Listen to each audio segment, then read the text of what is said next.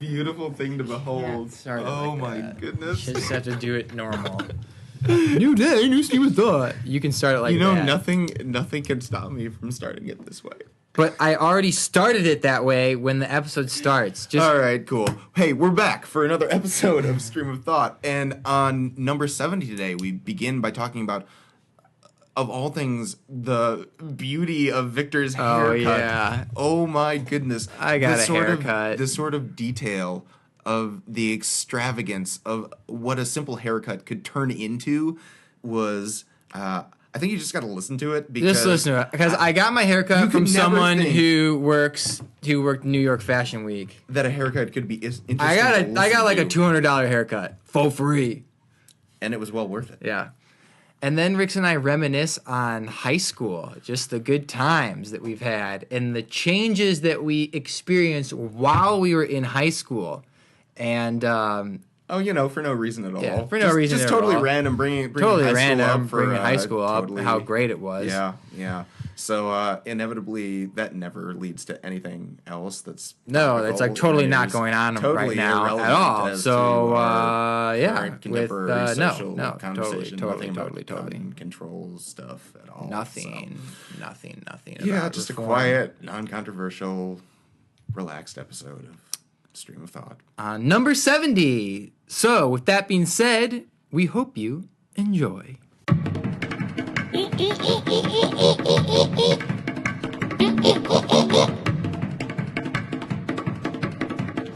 catch that before we get into it. I know. I agree with everything that you said. Oh, okay. So we're changing topics. Dude, I ended up spilling some shit on there, and I washed it, and then I threw on those pants before you picked me up. Okay. And right out of the wash, there's still shit on it. No way. I don't know how. It's not shit. I know, but it's like sucks that it's still stuck on there. That I have crap all over it. That. Alas. I had gone on a run earlier. So. Welcome back to another episode of Stream of Thought After Dark. It is currently 10:23 in the p.m. on this fine Thursday evening of February 22nd. That's such a soothing radio voice. You would be a great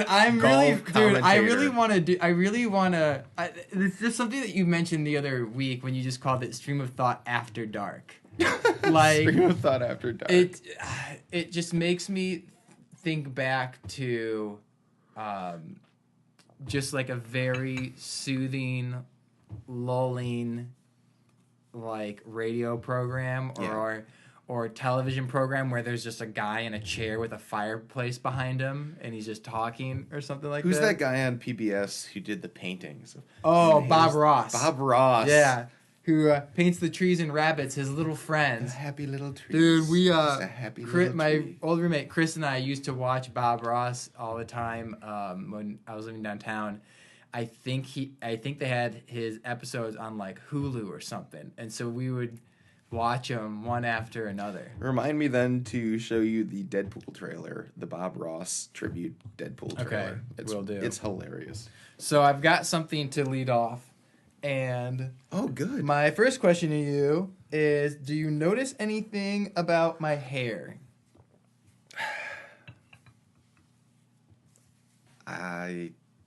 Are you going to be offended if I say no? No, I won't. Okay. Which I'm actually, if you say no, I'm actually a little bit happy.Id you get implants? No, it's shorter. It's like 2 inches shorter. Yeah, no, so, I couldn't tell. Cool, good, because I wanted to look too short. So, I was contacted. Afraid of looking too masculine? I was contacted a couple weeks ago to be like a model for a salon where they cut your hair in front of people. So what happened was this salon downtown Chicago, this super, which by the way I've been to a couple of them just because Kelsey Trevis works at one, and I went there to meet up with them before we went out, and then I got my haircut at this one. Wow, fucking immaculate places. These are places where like haircuts are like over $100. Yeah, for like a woman. Wait, okay, yeah. So back so up. hang on. So this is what I'm going to get to. Can you flesh out the story? So on Backstage... What is going on? This is what I'm getting to. Are you just plopping us in the middle of the story? I want the lead up. This is what I'm getting to. Okay. So Backstage, which is what Ron and I were telling you about, which is like a LinkedIn version for like acting. You know what I'm saying? Okay. So someone had contacted me on there saying, "Hey, would you be interested in being a cut model for our salon?" So I said, "Yes, free haircut and a goodie bag full of shit." So yeah, absolutely. A cut model. Okay. Yeah. So listen, let me continue. All right. So at this salon called Salon Buzz in River North, they had 2 people come in who were representatives of, the salon has all these products called Bumble and Bumble. So that brand that supplies this salon with hair products had 2 of their representatives come in who are high-end stylists to cut my hair and 3 other people's hair in front of the stylists who work at that salon to kind of show them stuff. Okay, yeah. Because these people are like super high end, and they said that they did New York Fashion Week last week, and they do Fashion Week in Paris, and their job is to go travel the country to go to the different places who stock the salon with their products to show their stylists like what they're doing and different things they can do. Are they like super flamboyant or no, just very no, but they elegant? Or... they weren't super flamboyant. But if you have to know, they were gay. But it doesn't. That doesn't matter. I didn't mean gay. So they cut my hair, and it's in front of like 25 or 30 people, and it was cool because like I got a free haircut from someone who's had years of experience and is like super high end, right? So I got a free haircut, which was cool, and I got a goodie bag full of some like hair products, which I won't use except for the shampoo. You know what I'm saying? But it was a cool experience because it felt very nice just being pampered. You know what I'm saying? Yeah. Like, is there anything you need? There was food there. Oh, wow. So, like, they actually were they had catered some food. And like, hey, is there anything that you need me to get you? Oh, my goodness. I'm like, I'm totally fine. Was this on TV or something? No, this wasn't on TV. It's not on TV at all. Okay. So, the funniest thing is, too, they had, I had to have makeup on, which... The only time I've had makeup on is when I got my headshots done, and it was very... Wait, why would you have to have makeup on? Dude, here's what the weird thing. I don't know. Because I wasn't in front of a camera, but makeup for men is way different than women. Did you have to sign a release or a waiver or anything like that? No. Oh, okay. So probably, you know what? Probably because of the lights, and because they were in front of... It was a presentation. You know what I'm saying? I don't fucking know, dude. I was just like, whatever. That's weird. Here's what I'll tell you, though. Here's what I'll tell you. Did you have your own makeup artist? There was a separate person that did makeup, yeah. So after they had applied makeup, I looked in the mirror. I did not think that I looked any different. Did they do a lot? Did they just no? It was super subtle. Yeah, I did not think I looked any different. Okay. I could tell there was makeup, but I didn't think I looked any different. But it was fun to. Like, because what they do with the makeup, they put moisturizer on your face just so like the makeup will stick, you know. You look 3 years younger. But what was fun was when they're like, close your eyes, open your eyes, look down, look up, whatever, and they have these little brushes and they're brushing your face, and it just it feels nice just having like this is really just having like a brush wisped across your face. You know what I'm saying? No, And then they had put lip balm on, so it's just fun sitting there just like this and just like all this things going around. And I thought of my dog who sits there and sticks his head up, and I just play with his face. They didn't touch me with their hands or anything, but it was just very funny. And then when I'm in the chair, they're doing my hair, and you probably can't relate to this as well because you have very short hair. Yeah. But they wet your hair, right? They wet your hair, and then he put something else through my hair, like, I don't know what it was, but it smelled like lavender, and it smelled delicious. And he's doing all this, and so then I get like a little miniature scalp massage as he's rubbing this stuff through my hair. So again, I'm just like, this feels so nice. And I got a free haircut, and they were telling me exactly what they were going to do because you kind of let them know, like, I told them, like, dude, I can't get, like, anything crazy done. He's like, okay, well, this is maybe I would have in mind. And the weird thing is, what I meant to ask him was, like, how did you pick me? Because it was me. I was the only guy, and it was 3 other girls, and those are the only people in the entire city of Chicago. I don't know how I ended up being in the chair. Wow. Oh my goodness. But they had some really good food there too, and I had a very positive experience. I very much enjoyed it. Dude, I think to myself, of all of the friends who I have in all the locations across the country, is there anyone who would be able to like talk about the joy, the sensual pleasure they receive? There was no sensual pleasure. No, it's the subtle things, right? It's the little it's the being pampered. Yeah. I don't know. I mean, you would think that it's interesting because I'm listening. I'll get there. It's very anti-masculine. However, I think that perception, it's like, if you allow yourself to set aside that stereotype of, like how, we can't allow ourselves to feel like good if people are doing things in a way that's like, a woman being pampered kind of thing is the stereotypical image that you have in your head. And so when a guy talks about it, it's like, well, isn't that a little like Metro or something like that? But I think that that's one of those things, if you set aside the stereotype and that masculine image and just say, like, realistically, like, yeah, damn, that feels good. Like, it doesn't great. matter. It doesn't matter you can be the manliest man and the toughest guy and still find that same sort of enjoyment from just a simple thing as a haircut in this very surreal environment where you're getting the best of the best. You're getting like a $100 haircut where they're taking off an inch of your hair. And Amber, who cuts my hair every few months, like, I'm totally happy with her cutting my hair. But it's amazing when you go see this person get a cut from a stylist, you really see just the passion that they have for hair. Because I'm getting my hair cut and I'm in the chair for at least 30 minutes or so, right? Just the amount of care and meticulous attention to my head, and the way when I was talking to him, I was like, I told him, I was like, listen, God. I can really only have like 2 inches taken off. I can't have too much. I don't want you to give me like a boring haircut, because I told him, like, I respect you as being an artist, the stylist, like, give me something that you feel, but I can't do anything crazy. And also I told him, like, I just don't really know what styles there are for like men with long hair. Like, I'm completely oblivious to it. You know what I'm saying? That's nice that you said don't do anything crazy. Yes. Because he said to me, did someone go a little too high?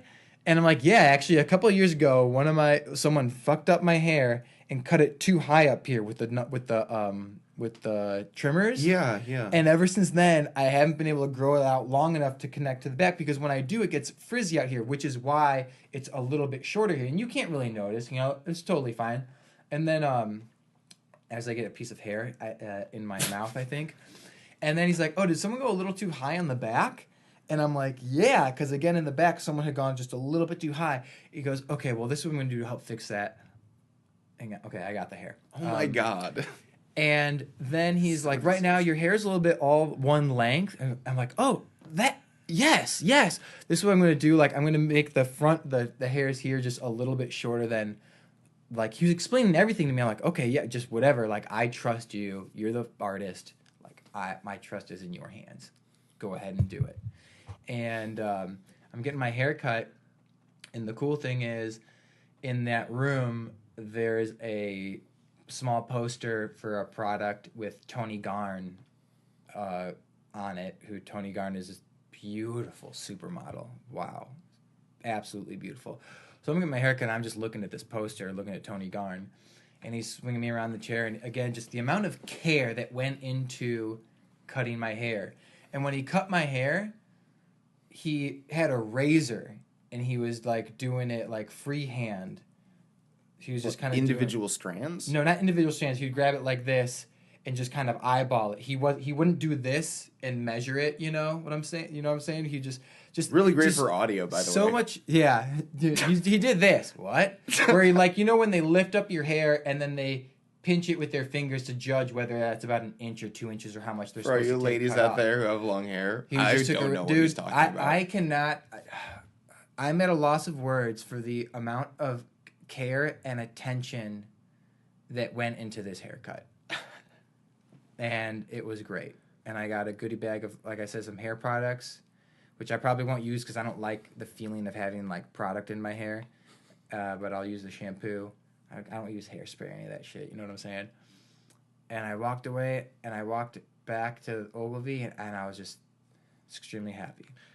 You know, not only are you the most appreciative friend that I know, you're also the most trusting. I feel like you walk into situations just saying, like, I will accept whatever the fates have before me. I told you him. walk into this place, you don't, I mean, in reality, do you really know if this is... I know you trust a lot, but do you really know? Listen, I told James, who cut my hair, I said to him, thank you so much. At the end, I told him, like, dude, I almost didn't show up to this. Bro, I almost did not come for fear of getting a fucked up haircut. Yeah. I told him, and he laughed about it, but I told him, like, I'm happy I came. Dude, because I was communicating with this other guy several times back and forth, and it must have been on, like, Friday or Thursday. And he was like, okay, it's at this place at this time. And I never replied back, like, okay. And then Tuesday morning, he's like, just to confirm you'll be here. And, dude, Friday, Saturday, Sunday, I was like, on the fence. And then I think on Monday, I told myself, like, no, I'll go. It'll be fun. It'll be cool. I'm not doing anything else. And I went. I'm really happy I went. You're very, very trusting, my friend. I feel like that has led to some of your most memorable experiences as well as your most tragic downfalls. But what's interesting is I'm walking back to the train station. It's raining. My feet are soaking wet.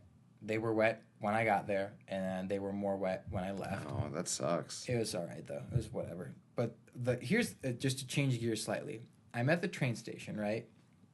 I'm walking back, and I'm walking up through Washington, and I see this kid eating Subway, and I see this guy in front of him asking him for money.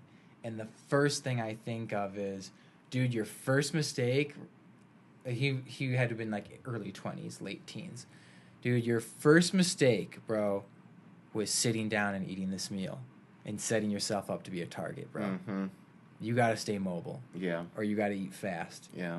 I mean, I can't count the number of times when I'm at Ogilvy, the food court area, and 1 out of every 3 times that I sit down there waiting for my train, someone will come by and ask for money. Well, get this, right? 1 out of 3 times. Do you remember? Okay, so that one time, though, when we were coming back from the Daily Show thing, that guy was asking for money. Oh, yeah. And I was okay with that because he showed me, like, it's my birthday today. I'm like, fuck. They all have a good story. It is your birthday. They all have a good story. So when we were at the Daily Show, I saw that one guy, he came up to us, and he had his ID, and it had his birthday on it, which, for all I know, maybe he's got one for every day of the year.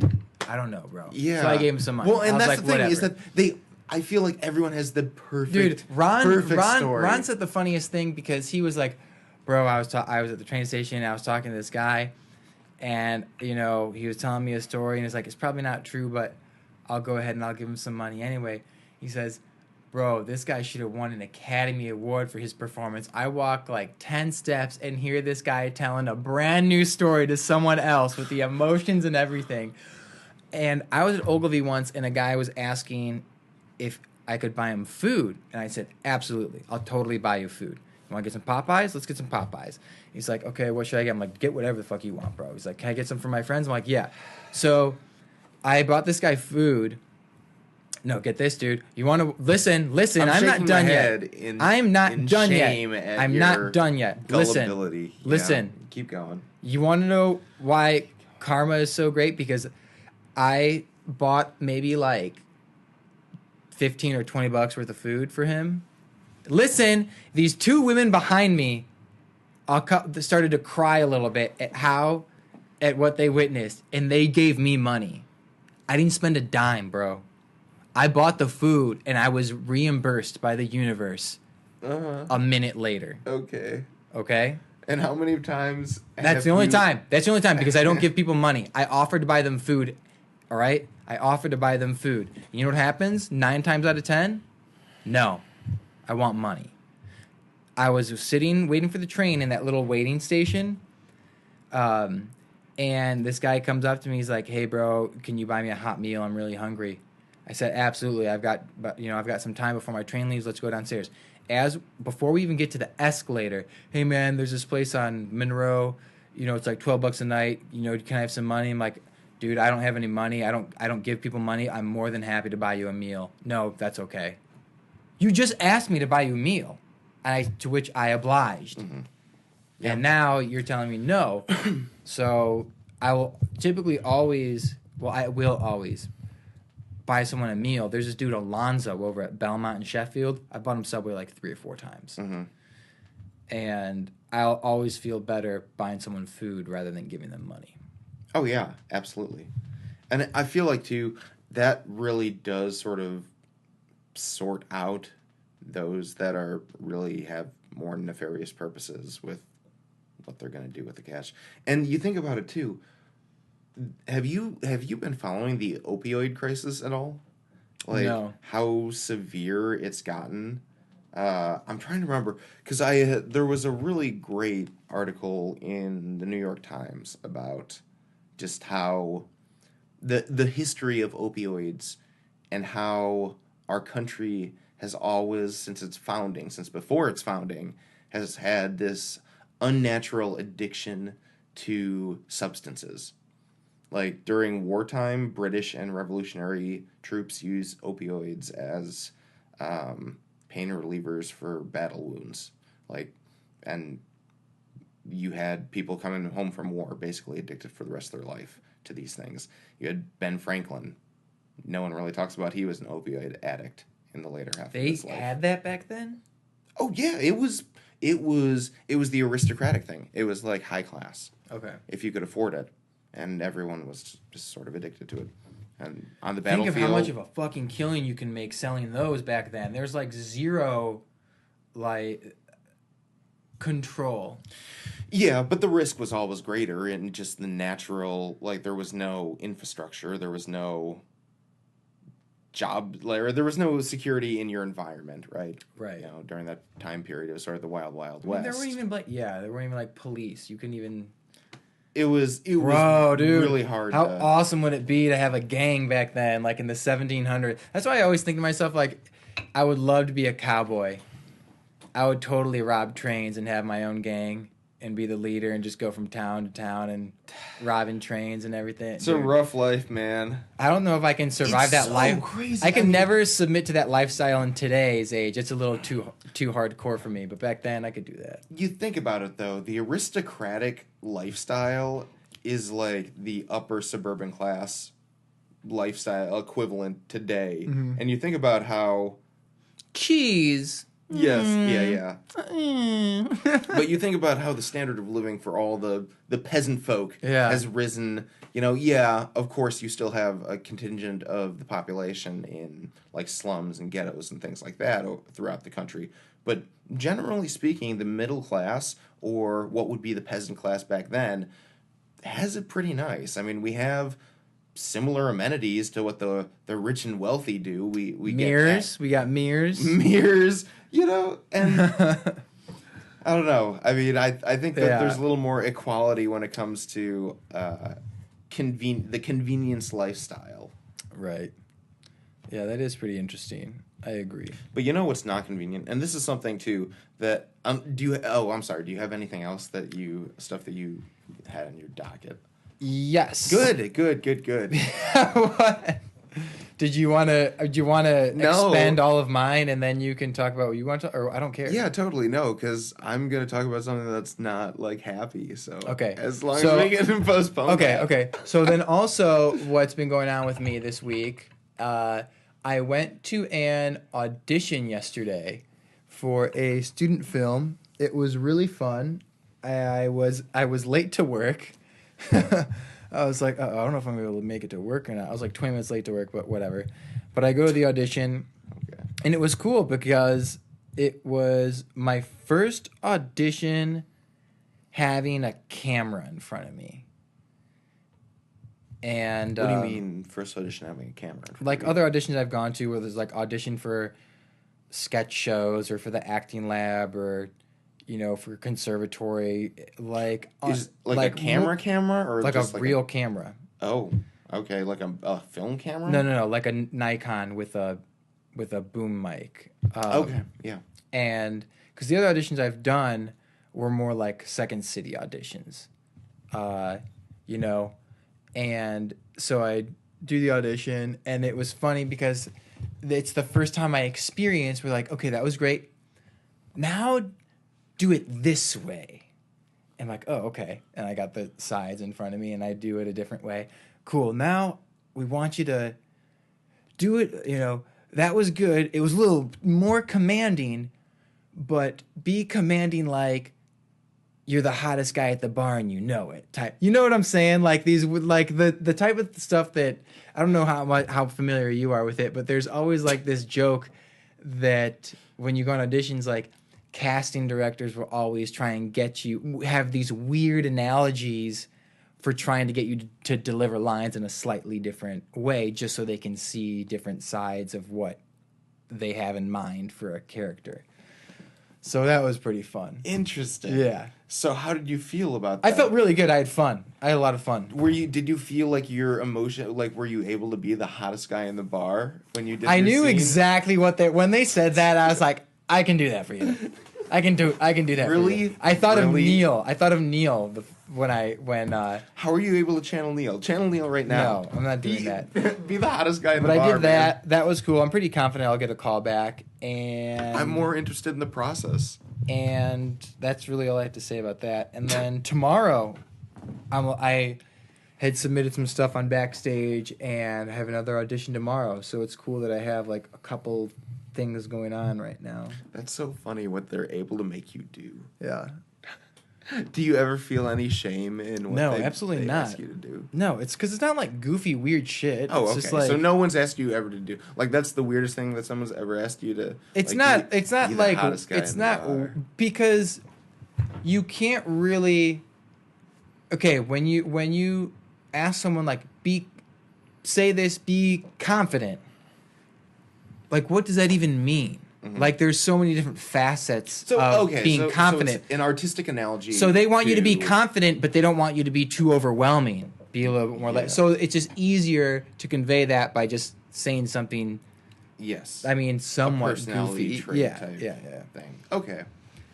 And that's so interesting. Like, you feel like you're able to channel those type of characteristics pretty easily? Are you able to change personas? You have to, because if you don't, then you fuck up your audition. Do you need a period to warm up? No. I'm so sorry. I'm so unfamiliar with this territory. No, you just do it. You just do it. Yeah. So you could totally change personalities right now if you wanted. I'm not asking you to.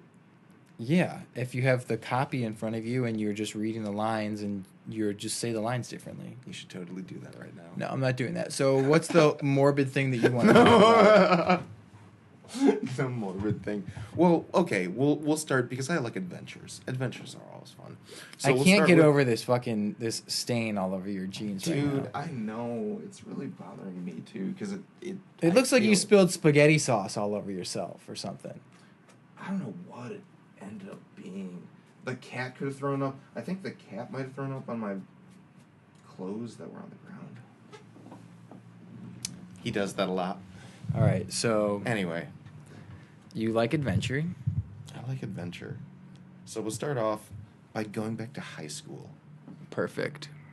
Do you remember, was it junior or senior year when they started, like, I already know what you're going to say. Locking the side doors, that you couldn't enter the side doors. I thought you were going to say when they, when just there were parapros all over the place. Yeah, well, they had the influx, because I think that was the year that they had the influx of parapros, and then they would lock all the side doors that used to be open. Freshman and sophomore year. Yeah. Glenbard West, which was accessible from every single direction. Yeah. There were how many entrances? Dude, they're marked on the door, at least 20. At least 20? Yeah. Yeah, all over. And our freshman and sophomore year, before school and after school let out, and sometimes during the day, over half of them were unlocked. Yeah, and absolutely. And accessible. You get in and out. And so during lunch, even freshmen could go off campus if they wanted to. Go out to the quad, go out to the hill, leave campus, wander wherever, go in, go out of whatever entrance and exit, and you were just allowed to wander free. And then junior and senior year came along, and they started implementing these rules, right? They locked the doors. Oh, you have to enter through the main entrance. I think that was my biggest irritation. Because I came from the opposite side of the building, right. And so I would always come up, and that was part of my time schedule. Wait, when school started, they didn't let you in through where like the cafeteria, where the cafeteria is, those rear doors? Yeah, correct. They started locking those, and then sucks. I think it was towards the end of senior year. But wait, so everyone who rode the bus had to go around the school up the hill? Oh, maybe not. Maybe during school hours, but not like at the beginning of school. Yeah, it was during school hours they locked that because it used to never be an issue, and they started getting super strict about being in the halls. You had all these new. We had Bob and security. We guards. had when we started high school. We had Bob and Jesse, whose cumulative age was near 200. Yes. You know what I'm saying? Yep. And those are the pair of the security guards at high school, Bob and Jesse. And then by junior year, they had a few more. And then by senior year, they were all over the place. It is so crazy to think how our high school went from that transformation of being this sort of casual, just anyone could come in. There wasn't really there was no security desk. I don't believe there was a desk. There was never any. There was never anyone sitting there. Never anyone sitting there, and so you would have people coming and going throughout the day, just doing whatever. Like, if they were visiting a classroom to do a presentation, people would just come and go. You can just walk straight into the office and not have to there were no checkpoints. No checkpoints. No one checking to see if you went to the detention office. You know, it would get reported afterwards. I remember one time I was late to Spanish class, like senior year or junior year. And one of the parapros, at the beginning of school, made me go to the office to get a hall pass. I was like, what? What are you talking about? I'm just 5 minutes late. Yeah. What? Go to the office, get a hall pass. What's that about? Yeah. I don't think I put up with that sort of bullshit. I was like, what? Yeah. But I went back. Because I worked with the... guided instruction program. No, that was junior high school. Anyway. I went back to Glenbard West October 2016 because I was walking around with Kyle and Lindy, and we were just walking around the high school, and we went up to see if it was open. It was 5 p.m. because Lindy was like, I wonder if my painting is still hung up. The school, she painted something in class, one of her art classes, and the school paid her a few $100s for the painting, and they hung it up in the hallway. I had never heard. So of that. We walked up, and I recognized one of the guys there from when we were in high school, and we asked him if we could just walk down the hallway, the little hallway that not the little hallway, but you walk in the entrance, and you walk down the hallway where the auditorium is. And he's like, I don't know, you can't, and he's like, all right, fine. And so we walk down the hallway, and we see the painting there. Within 5 minutes, he's walking over, are you guys done yet? And we're like, yeah. He wasn't a dick about it, but we're like, yeah, we're done. We're good. It's like, oh, shit. There's no one in the school. It's 5 o'clock in the afternoon. Yeah, when they had... We give off that vibe that we are normal, responsible people. You know what I'm saying? Mm-hmm. Anyone who sees us can probably pick that up. Yeah. They were completely normal people. And they were like, all right, you're done here. Well, because I remember it was even a year after graduation, we were still able to... I can't remember who it was, but was it maybe Neil and I would sneak into Beaster? Oh, to work out? Nice. Or maybe it was Cooper. No, I think you and... Might have been me and Neil. Yeah. Would sneak in and just lift and stuff like that. And whenever we'd see a coach, they'd be like, what are you doing here? It's like, hey, we're just coming back to, reminisce kind of thing. And then we get a good lift in and use the track or whatever. But then everything locked down. And it was like, Everything was locked. There was no way that you could get in anywhere without being monitored, tagged and monitored. Well, I saw when I went up there, that desk, that turret that he's got there, he had a few monitors that had that you could see the feed from the security cameras. Yeah. And I can't remember. I think it was a couple of years ago that I went back to Glenbard West, and they print out. They have a printer now that will print out your badge. And you have to wear the badge with your photo on it or whatever. So, yeah. And that has all happened in a matter of 6 or 7 years.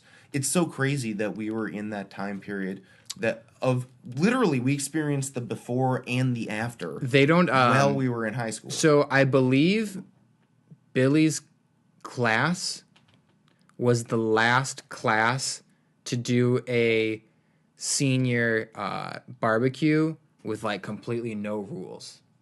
Like, you remember when we did it? It was like, go to class. No, there was no zero authority. Supervision there. Zero supervision. It made me very uncomfortable. Zero authority. There was definitely alcohol there. But then the year below him, I think it became like a school-sponsored thing, so there was more control. Like, it starts, you want to have the senior barbecue, it's starting at this time. Everyone has to go to these classes before. Like, it was way more control. As before, it was just like, everyone knew that seniors were not going to be in class, with the exception of people who had to do presentations and weren't allowed to leave. Or in AP classes. I'm referring to you. Every single person in our AP class was there. And no one was allowed to go to the bathroom. No one was allowed to go to the bathroom. Everyone was there. Wow.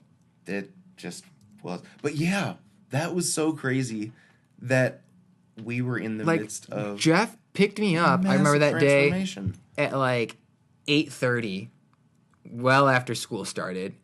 Go to school, leave to go to McChesney and Miller, go to the grocery store, go back to school, hang out, wander the halls while there's classes going on and taunting those who are younger than us. I can't count the number of times when I would be in class and see one of you guys walk by. I remember there were a couple of times when you guys would walk by the door and be like, or whatever, and just go by. I was like, how is this group of people able to just wander freely around the school and disrupt people's attention in class? That was fun. The barbecue was awesome. High school was pretty bitchin'. Wasn't it? Dude. We had the best, like, seriously. Dude, when I went to college and we talked about dances, and we had homecoming and prom. What do you mean? We had homecoming and prom. What? And so we had homecoming and prom in the turnaround dance. So I had homecoming, prom, the turnaround dance, and about 8 to 10 other dances in between. Yeah. So we had like those dances. It was like every other month there was a dance. Oh yeah. Every 6 weeks or so. Top of the hill, beginning of the school year dance, homecoming dance, the Halloween dance, Christmas dance, St. Patrick's Day dance, spring dance. What? I think we had 6. I think there were a total of 6 plus the homecoming, turnaround. What do we call it? Heart hop. Yep. And prom. So we had like 9 dances that school year. Every school year. We really did. Oh my goodness. And the senior dance. Yeah. At the end. It was which was also on top of the hill. We grew up in a perfect era. Dude, the dance on top of the hill every school year was pretty fucking sweet. It was pretty epic. Yeah. Yeah. For sure. Yeah, I miss high school. High school is really awesome. But nowadays, man. I mean, I don't think you'd want to go back to Glenbard West of today. No. It's really awesome. I think so highly of it because I can't experience it anymore. You know what I'm saying? Just like college. Like, it was a great experience, but what's so awesome about things that are just like so great is that they have their time and their place and they're temporary and they don't last forever. But that's the thing, though. Even if we were to go back and restart and you were to be a 15-year-old in 2018, you would not enjoy your time in high school. No. You would be so confined and constrained. You know the amount of freedom that you got to ditch classes, you were able to ditch, like, what is that? Ditching classes? Having students unaccounted for? Just randomly gone? Like, we were allowed to do that in 2004, 2005. I would not disappear. I would not want to go to high school where everyone's on social media. Because you remember, when we were in high school, like, it was totally normal. Yeah. It was completely normal to not have a cell phone. Yeah, absolutely. Half the people had cell phones, half didn't. And that was totally normal. And there was no Facebook. There was AOL Instant Messenger. There was AOL Instant Messenger. Are you going to be on Conspiring AOL? with your friends at the same time? You would ask people, are you going to be on AOL? Everyone's always on AOL at the end of the school day if you're not doing sports or something. Not on AOL now, but we'll be back after dinner. Your away message. Yeah. Yep. Well, for those people who had the luxury of not having to log off dial-up because it hogged their phone connection as well. Really? Oh, yeah. Damn, that sucks. Yeah, we didn't have a phone connection while we were hooked up to the internet. What a crazy It was era. like that only for a little bit with us. Of course, because you were a Glen Ellen family. No, dude, we didn't get cable until I was like 8 years old. We still don't have cable. I know. The Dignans have never had cable. And I think we got rid of our dial-up. It was maybe when I was in high school. I want to say. I can't recall. Yeah. And so, I mean, just thinking about... And I wonder, too, if kids... And I feel so detached from Glenbard West high school culture. I used to... Well, because my sister was 5 years younger than me, so I knew a lot of her... grade and those 4 years younger because I did a lot of ministry and seminary programs. So all of those kids knew my sister, and so the connection to me was easier to make, and so I was able to know that generation. So I went back about, all the way to 2002.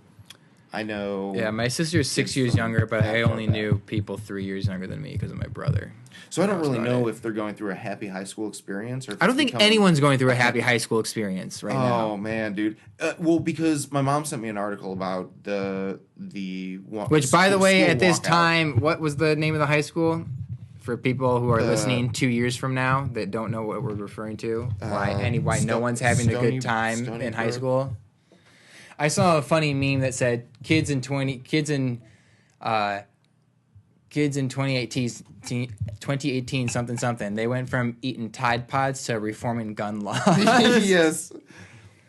Well, and that's I'm trying to find. It's a long name. It's a long name. I really should know this off the top of my head. It's all right. Parkland. I don't know. Stony Brook, something. Something with a lot of vowels. I can't recall. Idiot. Is that what you eventually wanted to get to when you were like, I want to talk about something morbid, and then we just ended up talking about how awesome high school was? Yeah. Okay. No, this is exactly the detour that I was hoping to take. I saw a bit on the news where, or an article where, because this seems totally normal for the Southwest because it's a different culture. But teachers in parts of New Mexico or I don't know, carry pistols. Yeah, I mean, and the news reporter's like, does everyone here, or like, who here feels safer that their teacher has a weapon? Boom! Everyone's hand goes up. Yeah, but it's a cultural difference. Stoneman Douglas. Okay. Stoneman Douglas. So yes, and I think that. Well, and you hear something that, again, like, I don't want to necessarily date this podcast because this is what the president just said today, and what he says every day sort of changes. But, I mean, I think it's just a representation of just how we don't know what the fuck we're doing right now. He's like, something to the extent of, well, he wants to arm teachers, but he said that schools should be viewed as military compounds, and we should make them fortified targets. Did you see the bit that Trevor Noah did? He's had a couple of really I thought good that ones. you would have he talks about that. Yeah, well, he's like, yeah, and then we can build a moat. Oh, yes. And have gun-eating sharks and have a few snipers to the turret on the top of the school too. And it's like, really, we are faced, I feel like, in this whole debate, we are faced with two options of the direction that we want to go as a culture and as a society, as an American culture. We can go the one way of fortifying and arming everyone and saying, you need to be on the defensive, ready to kill any possible attacker, because who knows what sort of crazy person is going to come out there and try to kill you, and you need to be prepared to kill them first. Or the other way, where we say, we have a problem with violence in this culture, whether it's having too many guns, having too many mentally unstable people, having a culture that encourages and promotes violent speech and action, right? Like, we're faced with those two options. One, kill or be killed.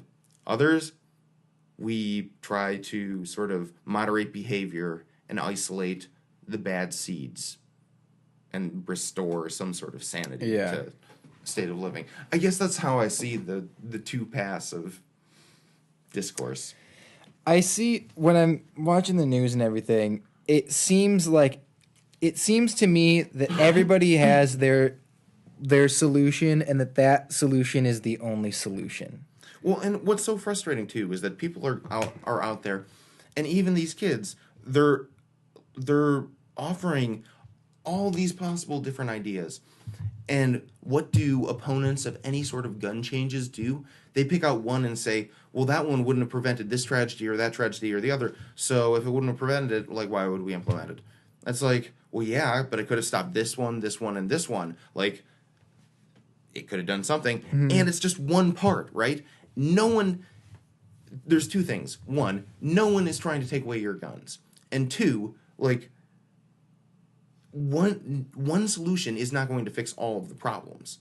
And it seems like anti-gun legislation people are always like, one problem has to solve the solution. One problem has, if one problem doesn't solve all, or if one solution doesn't solve all the problems, then it can't be implemented because it's inadequate. Like, what good will it do if it doesn't solve all the problems? Yeah. It's just very frustrating. And the fact that it's crazy, dude. I've never seen this before, where the kids have taken charge. The victims themselves have decided that they're going to speak out. Like, this is weird. I've never seen anything like this in political discourse before.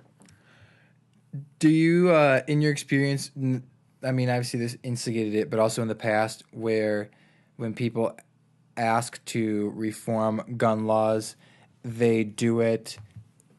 The people who want to reform gun laws, typically liberal for the most part, do it in a systematic and professional way, and then the people who are opposed to restricting gun laws just do it in the most staunch and just are very loud about it and are not, how would I say, what's the word I'm looking for?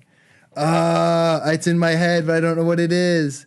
It seems like when people who want to reform gun laws, like liberals, are like, hey, this is why we should do it. Point A, B, and C. And people who don't want to reform gun laws are like, no, that'll never work because of this and that and that and this. And then it's like, that doesn't make any sense, but because you're just yelling so loud, like you believe yourself. Yeah, that to be true. I do think there is an element of that sort of. It's very interesting because that point, and I don't think that's the main point, but I think that is a symptom of the greater problem, because the Washington Post had a scathing article a couple of days ago that was one of their top page ones. I always just check out what, if they have an interesting headline, I'll read it or whatever. But the synopsis of this article, which was one of their featured articles, was that Republicans are very angry at these high schoolers because it takes away their two weapons that they use, which is character assassination is their first default, and then the second is dismissal, is that you're not important or you don't matter. And so, like, if you look at any sort of typical response to any threat from the left, the right tends to respond first with character assassination. Hillary Clinton, she's next to the devil. Like, everyone just takes it for granted now. And that has been a 12-year-long campaign by the right to assassinate her character and make her seem like the most evil person in politics, when in reality she's no better or worse than any other standard politician. You know, she's done a lot of great things. She's made a lot of mistakes.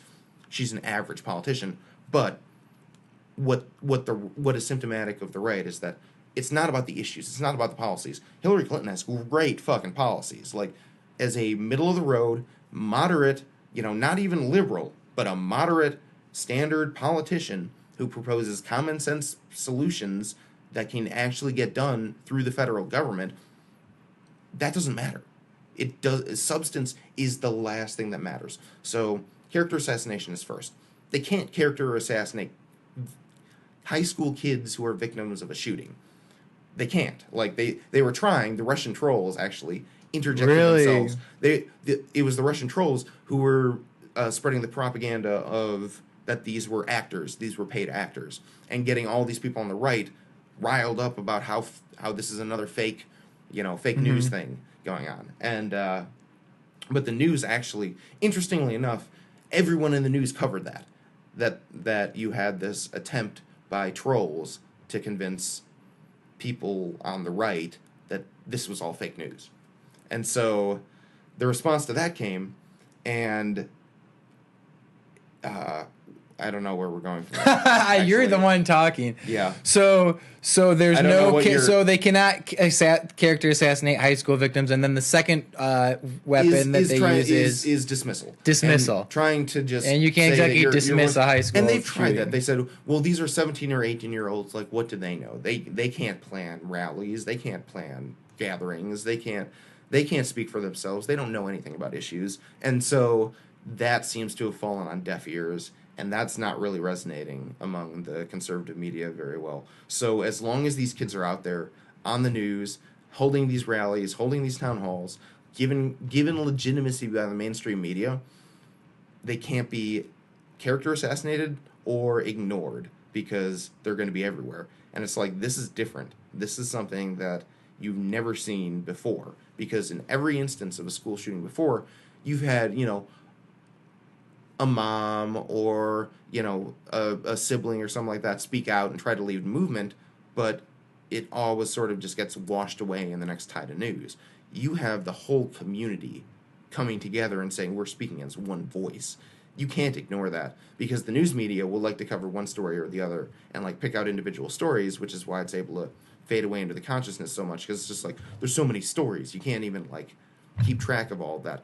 But if you have a community that's saying, every single person's story is our story, it creates this unified message, which is a brilliant political strategy. They're doing everything perfect. I could not imagine a gun reform movement forming and activating so perfectly. Really, they have not made any mistakes at all.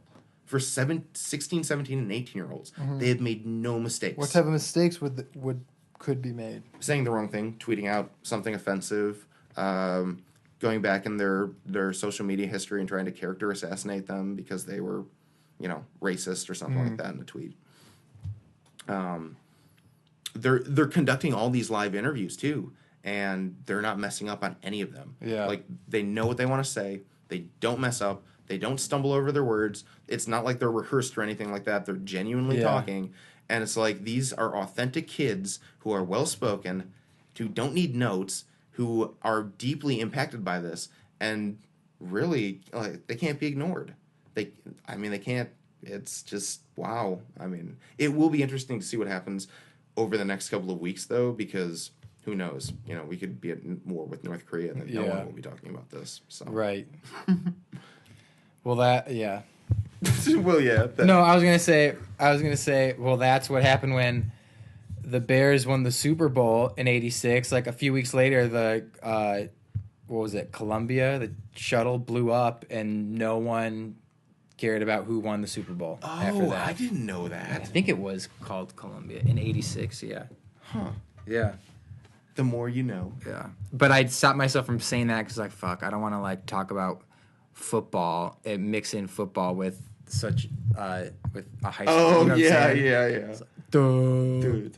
Football.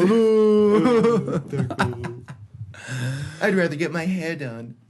Well, it is now nearly 11:15, and we're going to be concluding things here on Stream of Thought After Dark, as both of us have to get up super early. Rix, is there anything you'd like to add before we sign off? Good night, sexy chocolate. Good night. Stay sexy out there.